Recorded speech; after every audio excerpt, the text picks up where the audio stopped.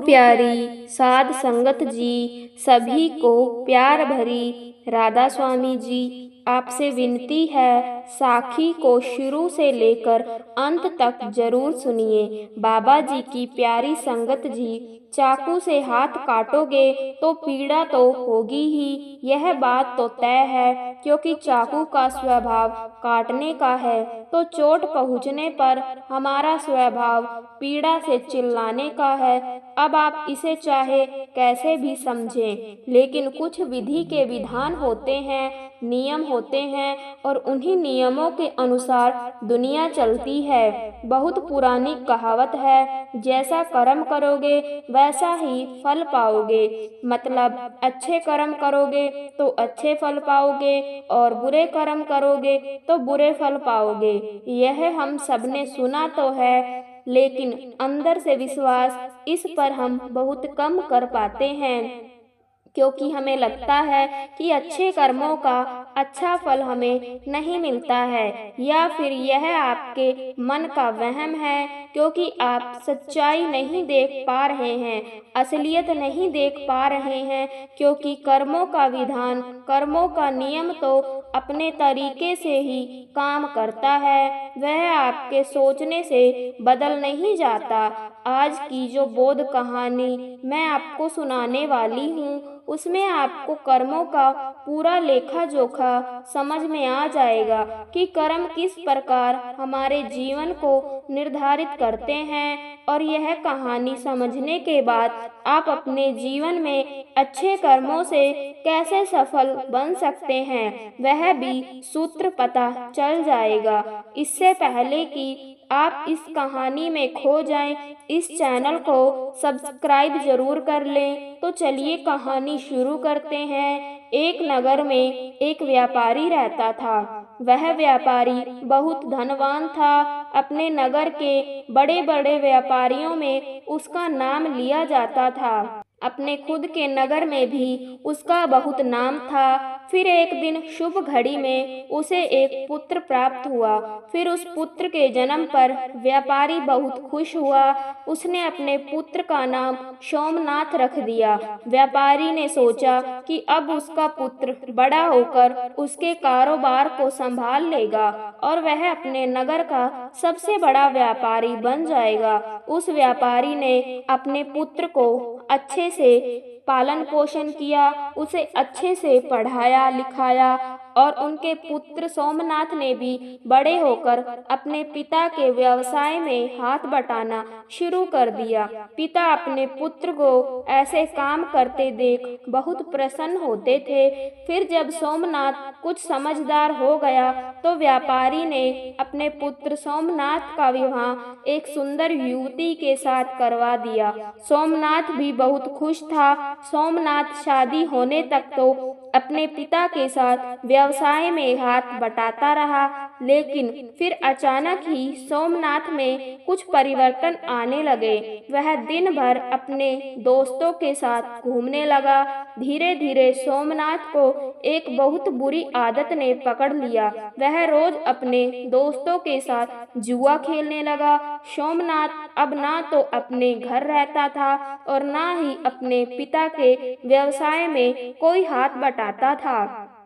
वृद्ध होने के कारण उनके पिता व्यापार की देखभाल नहीं कर पाते थे, और सोमनाथ को व्यापार की देखभाल करना तो दूर की बात रही, वह तो अपने पिता के द्वारा कमाए गए धन को जुए में उड़ा रहा था। व्यापार की देखभाल नहीं होने के कारण धीरे धीरे उसका व्यापार में भी बहुत नुकसान होने लगा। सोमनाथ के पिता ने सोमनाथ को भी बहुत समझाया कि मैंने इतनी मेहनत करके इतना बड़ा व्यापार खड़ा किया है, तुम इस जुए खेलने की आदत को, इस गंदी आदत को छोड़ दो, नहीं तो एक दिन ऐसा आएगा जब तुम्हारे पास कुछ भी नहीं बचेगा, कोई तुम्हारा साथ नहीं देगा, फिर तुम पछताओगे, इसीलिए तुम समय रहते संभल जाओ। लेकिन सोमनाथ ने तो अपने पिता की एक भी नहीं सुनी। वो तो उनकी बातों को सुनकर अनसुना कर देता था। ऐसे ही समय धीरे धीरे गुजरता रहा। समय के साथ उसके पिता और भी बूढ़े हो चले थे और उनको बीमारियों ने जकड़ लिया था।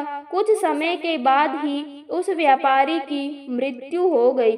अपने पिता की मृत्यु पर भी सोमनाथ को बिल्कुल भी अफसोस नहीं था। उसके चेहरे को देखने से ऐसा लगता था कि उसे कोई दुख नहीं है। ऐसा लग रहा था कि मानो उसके पिता की मृत्यु के बाद तो उसे आजादी मिल गई हो। अब उसे कोई कहने सुनाने वाला नहीं था। अब तो सोमनाथ पहले से भी अधिक जुआ खेलने लगा था।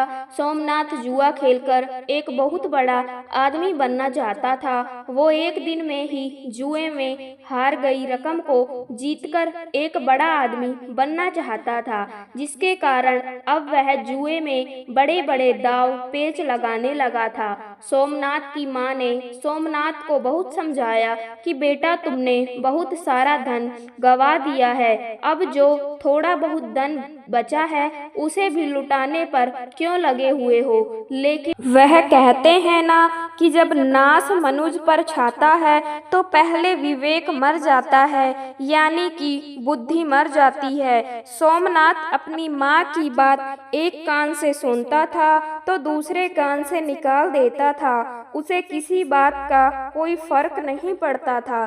सोमनाथ अब बस दिन रात जुआ खेलने में व्यस्त रहता था। सोमनाथ के पास कोई कुबेर का खजाना तो था नहीं जो कभी खत्म ही नहीं होता। धीरे धीरे सोमनाथ का सारा खजाना खत्म होने लगा।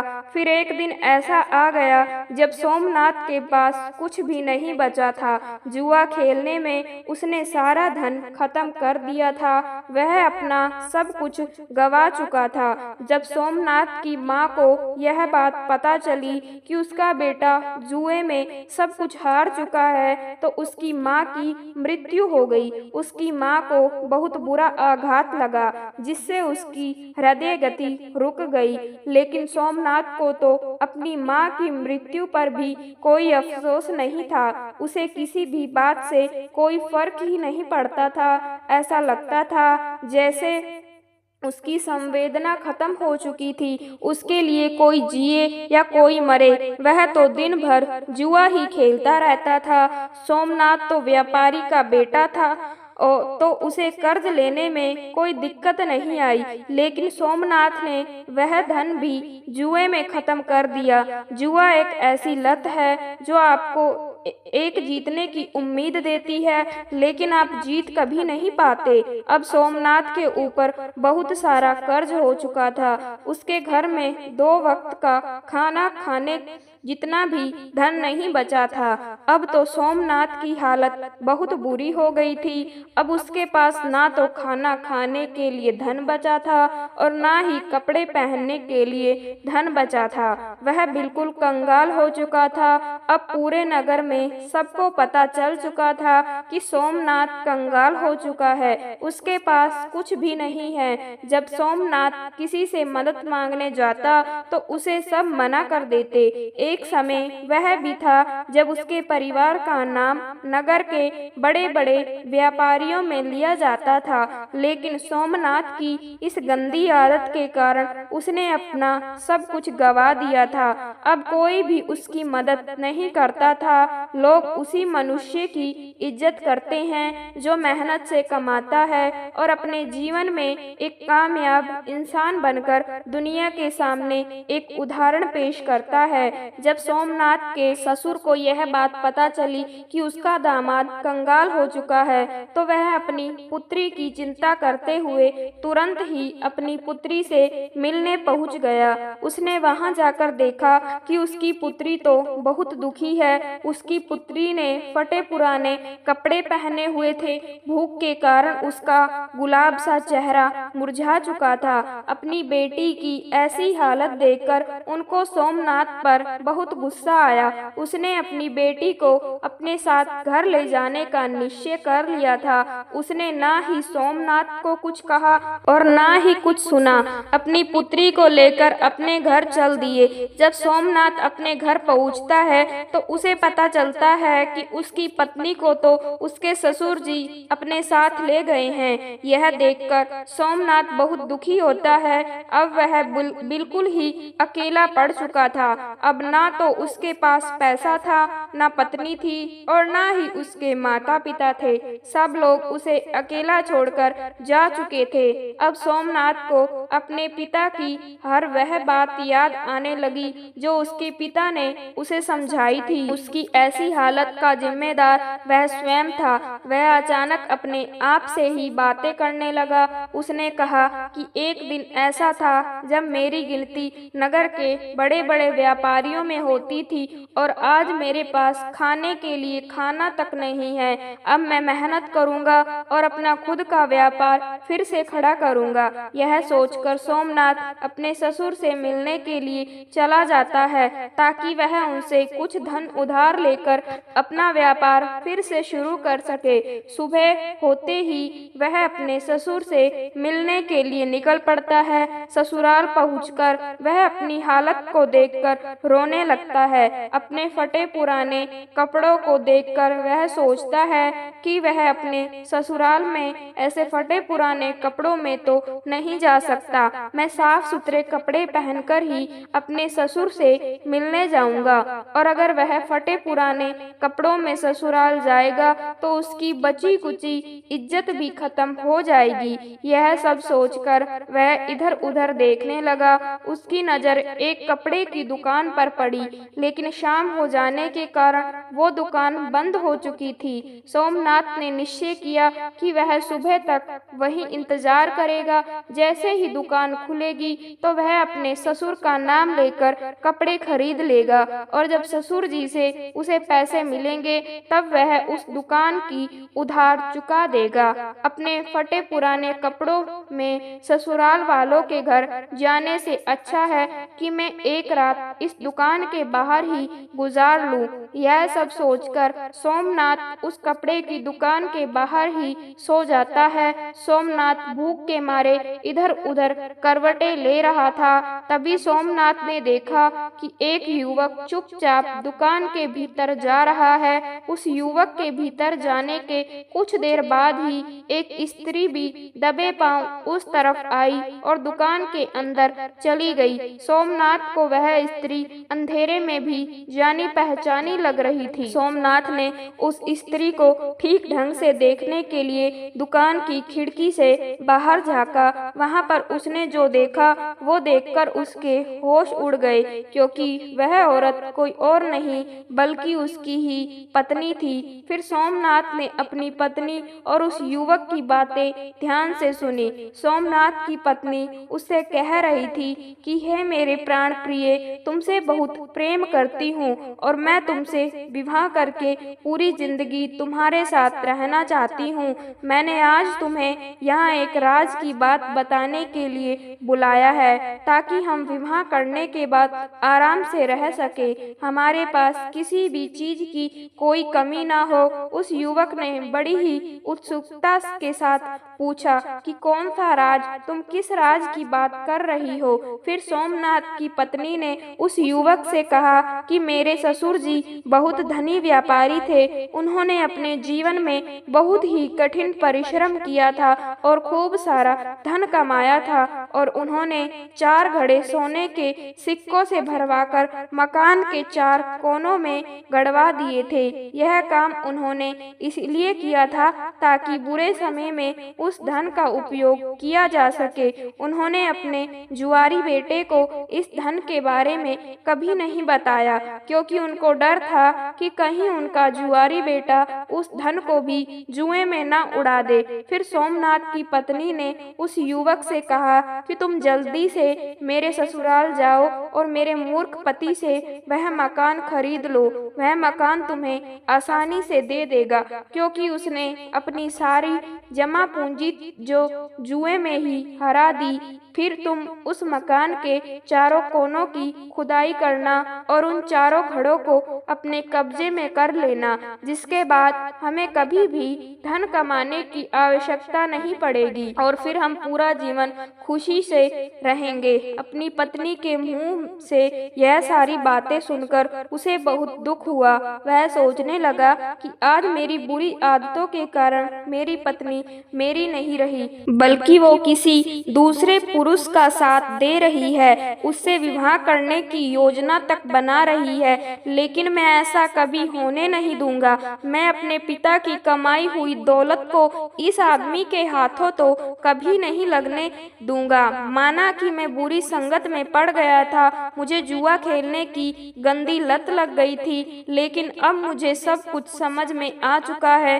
अब मैं अपने पिता की दौलत को इस तरह लुटने नहीं दूंगा। यह सब सोचकर सोमनाथ तुरंत अपने नगर के लिए निकल जाता है। सुबह होते होते वह अपने घर पहुंच जाता है। घर पहुंचकर वह बिना कोई समय गवाए अपने घर के चारों कोनों की खुदाई करना शुरू कर देता है। खुदाई करने के थोड़ी ही देर बाद उसे वह चारों घड़े मिल जाते हैं। फिर वह उन चारों घड़ों से सोने के सिक्कों को निकाल लेता है और उन घड़ों में कोयला भरकर वापस उसी जगह पर रख देता है। इसके बाद सोमनाथ अपनी पत्नी के प्रेमी का इंतजार करने लगता। कुछ दिनों के बाद उसकी पत्नी का प्रेमी उसके घर पर आता है। वह उसके घर आकर कहता है कि मैंने सुना है कि यह मकान बेचने के लिए उपलब्ध है। तुम मुझे यह घर बेच सकते हो, क्योंकि मैं इस नगर में अपना व्यवसाय शुरू करना चाहता हूँ। मुझे घर की जरूरत है और तुम्हें पैसों की जरूरत है। हम दोनों की जरूरतें पूरी हो जाएगी। सोमनाथ तो इसी मौके के इंतजार में था। उसे उसकी सारी योजना पहले से ही पता थी। उसने तुरंत अपना मकान उसे बेच दिया और फिर सोमनाथ मकान बेचने से मिली रकम और सोने के सिक्कों को लेकर दूसरे नगर को चला गया, ताकि वह वहां जाकर अपना नया काम शुरू कर सके। वहां पहुंचकर सोमनाथ ने व्यापार शुरू कर दिया। शुरू में उसे बहुत कठिनाई हुई। उसने खूब मेहनत की और अपने से बुरी आदतों को दूर रखा।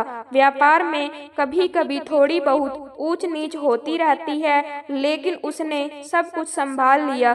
थोड़े से दिनों में ही उसने बहुत सारा धन कमा लिया। फिर उस नगर में रहने वाले एक सेठ की नजर सोमनाथ पर पड़ती है। सेठ ने सोमनाथ को देखकर यह सोचा कि यह युवक बड़ा ही मेहनती है। इसने इतने कम दिनों में अपने व्यापार को इतनी बुलंदियों पर पहुंचा दिया है। मैं अपनी बेटी की शादी इस युवक से कर देता हूँ। मुझे अपनी बेटी के लिए इससे अच्छा वर तो मिल ही नहीं सकता।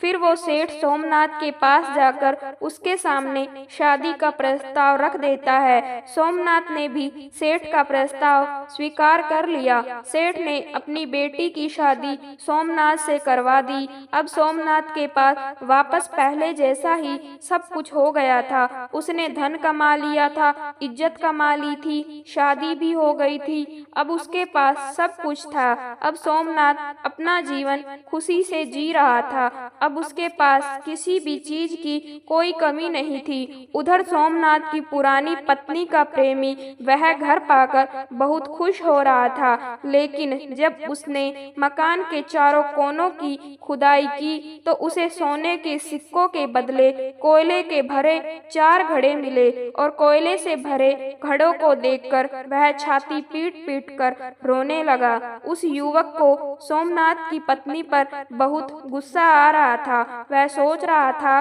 कि काश उसने उसकी बात नहीं मानी होती। अगर मैंने उसकी बात नहीं मानी होती तो मुझे आज अपना धन नहीं गंवाना पड़ता। सोने के सिक्कों से भरे घड़े मिलना तो दूर, मेरे जीवन की जमा पूंजी भी जाती रही। इसके बाद उस युवक ने अपनी प्रेमिका यानी कि सोमनाथ की पत्नी को भी सबक सिखाने के लिए उसे छोड़ दिया। वह वापस अपने गांव लौटा और अपनी प्रेमिका को बुलाया और कहा कि तूने मुझे ठगने की कोशिश की है, मेरी सारी जमा पूंजी तूने बर्बाद कर दी, अब मेरे पास कुछ भी नहीं बचा है। आज के बाद कभी मुझे अपना चेहरा मत दिखाना, चले जाओ मेरे सामने से। उधर सोमनाथ ने अपनी गलती से सीख लिया था कि बुरे कर्म करोगे तो परिणाम बुरा ही प्राप्त होगा। इस कहानी की सीख पर अगर हम गौर करें तो शुरुआत में सोमनाथ जुए का लती था, जुए का आदी था,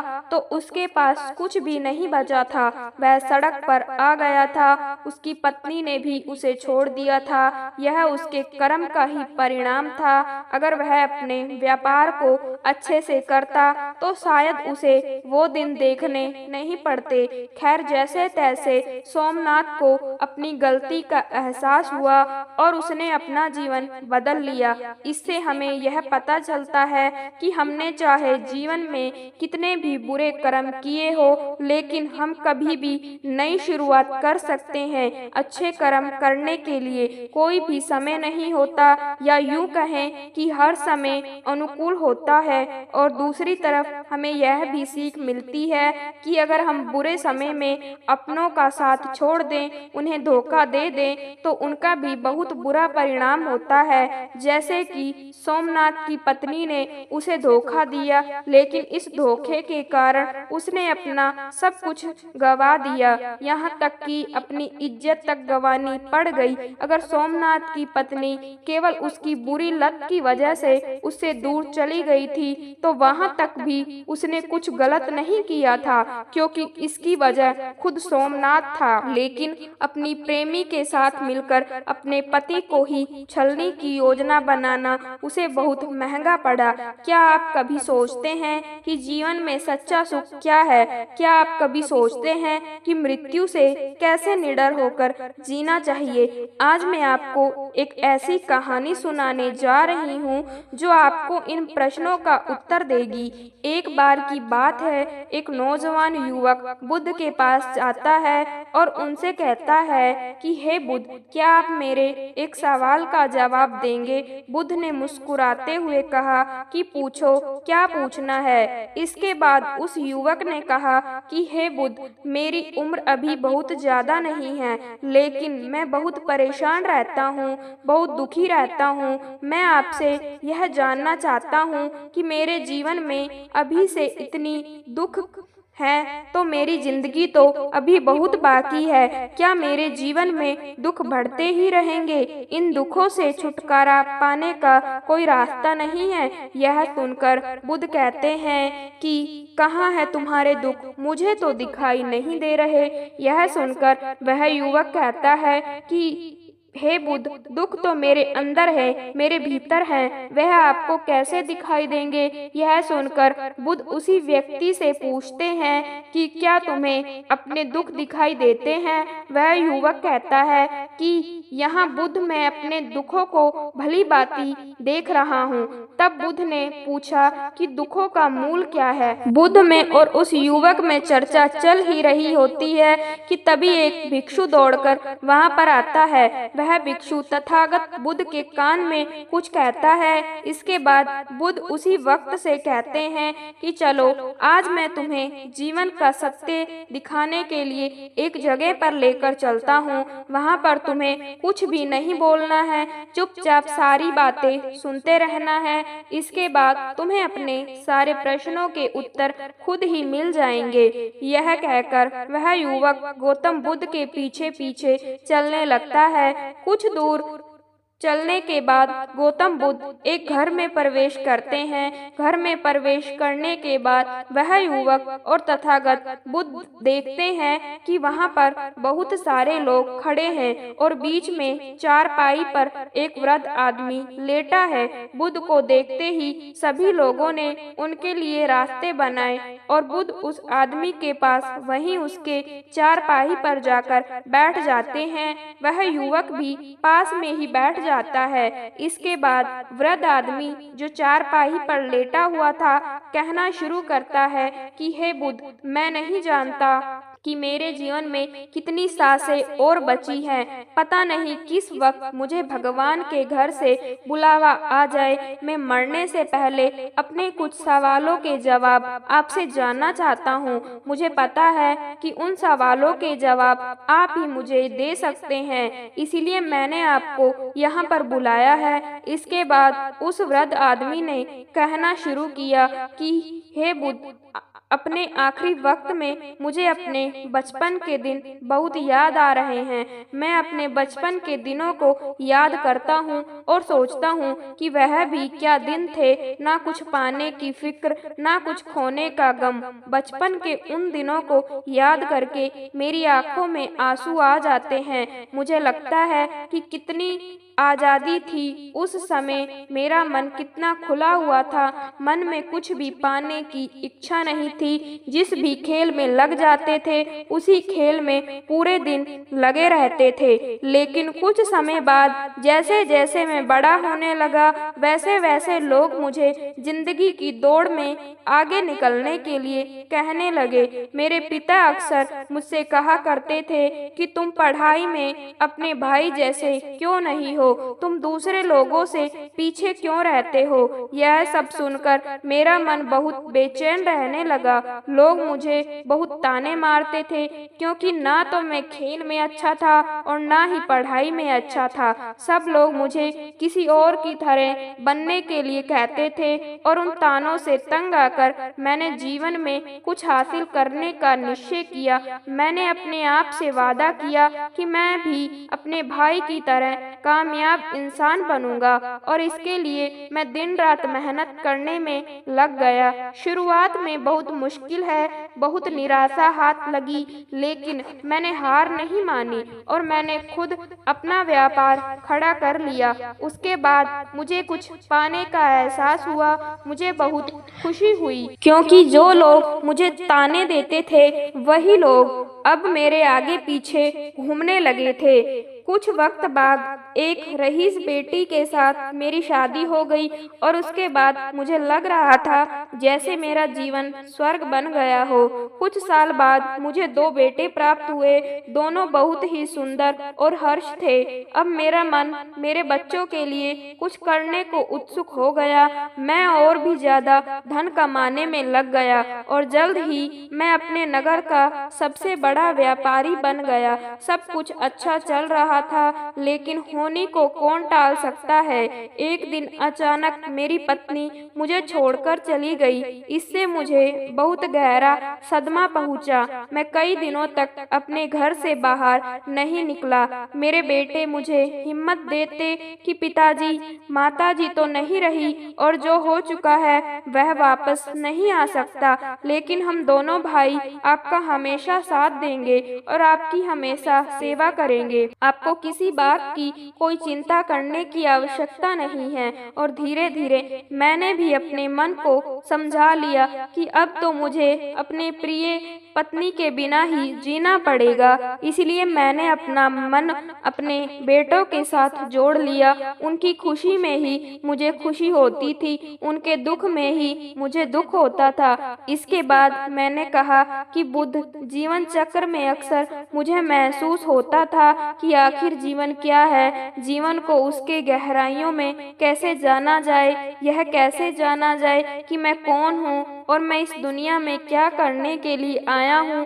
ऐसे तमाम सवाल मेरे मन में उठते रहते हैं। और मुझे आपके बारे में भी पता चला कि बुद्ध ऐसी ध्यान की प्रणाली बताते हैं जिससे जीवन का मतलब समझा जा सकता है। लेकिन मैं हमेशा सोचता रहता था कि पहले मैं अपने जीवन से दुखों और परेशानियों को दूर कर देता हूँ, उसके बाद ध्यान में मैं अपना पूरा मन लगाऊंगा। और यही सोच सोचकर मैं कभी ध्यान में नहीं कर पाता था। धीरे धीरे वक्त की तरह और आखिर में उम्र ढलने के बाद मैं बीमार पड़ गया। वैसे मेरे जीवन में कोई कमी नहीं रही, मेरे बेटों ने मेरा अच्छा साथ दिया, मैंने जीवन में बहुत कुछ हासिल भी किया। लेकिन अब मैं अपने जीवन में अगर पीछे मुड़कर देखता हूँ तो मुझे एहसास होता है कि मेरे बचपन के दिन ही सबसे प्यारे दिन थे। तब उस आदमी ने बुद्ध से पूछा, मैं चंद मिनट का मेहमान हूँ, यह मैं जानता हूँ, लेकिन क्या कुछ ऐसा सूत्र मुझे बता सकते हैं जिससे कि मैं सुकून से मर सकूं, मेरे मन के सारे सवाल जवाब शांत हो जाएं और मैं जीवन का असली मतलब समझकर मर सकूं।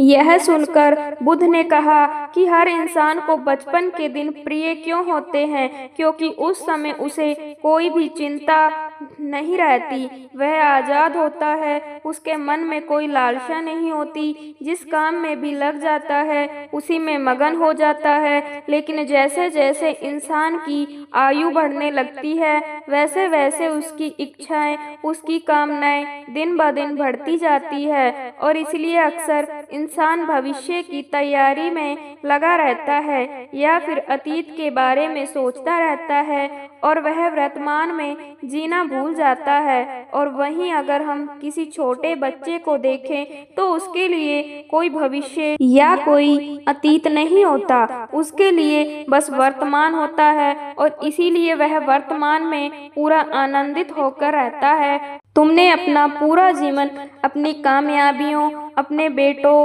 अपनी पत्नी और अपने भविष्य की योजनाओं में ही बिता दिया है और तुम हमेशा यही सोचते रहे कि पहले मैं अपने जीवन को व्यवस्थित कर लेता हूँ और उसके बाद सत्य की खोज करूँगा, उसके बाद ध्यान करूँगा। लेकिन हम यह भूल जाते हैं कि कल कभी नहीं आता, कि योजनाएं कभी पूरी नहीं होती। जब एक योजना पूरी होती है तो हमारा मन दूसरी योजनाएं बना लेता है और इस प्रकार जीवन चक्र चलता रहता है, चलता ही रहता है। और अब आखिरी समय में जब मृत्यु तुम्हारी सैया पर लेटी हुई है तो तुम्हें एहसास हो रहा है कि मैंने जीवन में कुछ भी हासिल नहीं किया। अब तुम्हें लग रहा है कि जो भी तुमने किया उसमें से तुम एक सुई भी अपने साथ नहीं ले जा सकते। अगर यही बात तुम उस वक्त समझ लेते, मृत्यु कभी निश्चित होकर नहीं आती, वह तो कभी भी आ सकती है। अगर यह बात उस वक्त तुम्हारा मन समझ लेता तो तुम उसी वक्त ध्यान और सत्य की खोज में लग जाते। तुम कोई ऐसी चीज खोजने की कोशिश करते जो तुम्हारे साथ जा सके, जो तुम्हें परिपूर्णता से मरने का मार्ग दिखा सके। उसे वृद्ध आदमी ने हाथ जोड़कर बुद्ध से कहा कि बुद्ध, यह तो मैं जानता हूँ कि मुझसे गलतियाँ हुई है, मैंने अपने जीवन को सार्थक रूप से जिया ही नहीं और इस बात का मुझे बहुत गहरे में एहसास हो चुका है। लेकिन मैं आपसे फिर से वही सूत्र जानना चाहता हूँ कि क्या मैं अब भी परिपूर्णता के साथ नहीं मर सकता? क्या मुझे अभी सत्य की कोई झलक नहीं मिल सकती? यह सुनकर बुद्ध ने उस आदमी को बहुत सहजता से कहा कि अब तो एक ही सूत्र समझने लायक रह जाता है और वह सूत्र यह है कि तुमने जीवन में जो कुछ भी पाया या जो कुछ भी खोया वह सब यहीं पर छोड़कर चले जाओ। उसे अपने मन के साथ जोड़कर मत ले जाओ। अपने मन में यह भाव पैदा करो कि तुमने अपने जीवन से बहुत कुछ सीख लिया और वास्तविकता में तुमने अपने जीवन में बहुत प्रगति की है, क्योंकि तुमने यह जान लिया है कि जीवन में कुछ भी सार्थक नहीं है और यह जानना भी बहुत बड़ी उपलब्धि होती है। लोग जीवन भर जीते जीते मर जाते हैं, लेकिन उन्हें जीवन की निरर्थक का कोई पता नहीं चलता। इसीलिए अभी अपने मन से सारे सवाल गिरा दो और यह भाव पैदा करो कि जीवन में जो कुछ जानने जैसा था वह मैंने जान लिया है और अब जीवन में कुछ भी जानने जैसा नहीं बचा है। जब तुम इस बोध से भर जाओगे तो तुम बिल्कुल खाली होकर मृत्यु को प्राप्त हो जाओगे और वास्तविकता में यही मरने की कला होती है। हमने जीवन में जो कुछ भी पाया, जो कुछ भी खोया, वह इसी दुनिया का था और वह यहीं पर रह जाएगा। हमारे साथ कुछ भी नहीं जाएगा, हम खाली जाएंगे, हम बिल्कुल खाली जाएंगे। और जो लोग अपने मन से बिल्कुल खाली होकर जाते हैं, वास्तव में उनके अंदर ज्ञान का दीप जल जाता है और वह आगे चलकर दूसरे जन्मों में उसे निर्वाण की स्थिति को प्राप्त कर सकते हैं। लेकिन उससे पहले तुम्हें इस जीवन की निरर्थक को समझना होगा। यहाँ पर कुछ भी पाना या कुछ भी खोना कोई मायने नहीं रखता। इसके बाद बहुत देर तक मैंने कोई सवाल नहीं पूछा और वह मुस्कुराते हुए मृत्यु को प्राप्त हो गया। इसके बाद बुद्ध ने उस नौजवान युवक से पूछा कि क्या तुम्हें अपने सवालों के जवाब मिले, और मिले तो तुम्हें क्या जवाब मिले, सभी को बताओ। उस व्यक्ति ने कहा कि हे बुद्ध, मुझे अपने सवालों के जवाब मिल गए हैं। वृद्ध आदमी के जीवन चक्र से मैं समझ गया हूँ कि जीवन में कुछ भी पाने जैसा नहीं होता। सुख हो या दुख हो, सब कुछ यहीं पीछे रह जाता है और अगर हम इसी चक्कर में फंसे रह जाएंगे तो हम सत्य को कभी नहीं जान पाएंगे। इसलिए जीवन में सुख और दुख तो चलते ही रहेंगे। इसके साथ चलते हुए ही हमें सत्य की खोज करनी पड़ेगी। लेकिन बुद्ध, मेरे मन में अभी भी एक सवाल बाकी है जिसका जवाब जानना सबके लिए बहुत ज्यादा जरूरी है। मेरा सवाल है कि मैं ध्यान की यात्रा करने के लिए बहुत प्रेरित हुआ हूँ, लेकिन मुझे कोई मार्ग नहीं पता। ध्यान कैसे किया जाता है कि ध्यान की सभी प्रक्रियाएं तुम्हें होश में लाने के लिए ही बनी है, तुम्हें वर्तमान में लाने के लिए बनी है।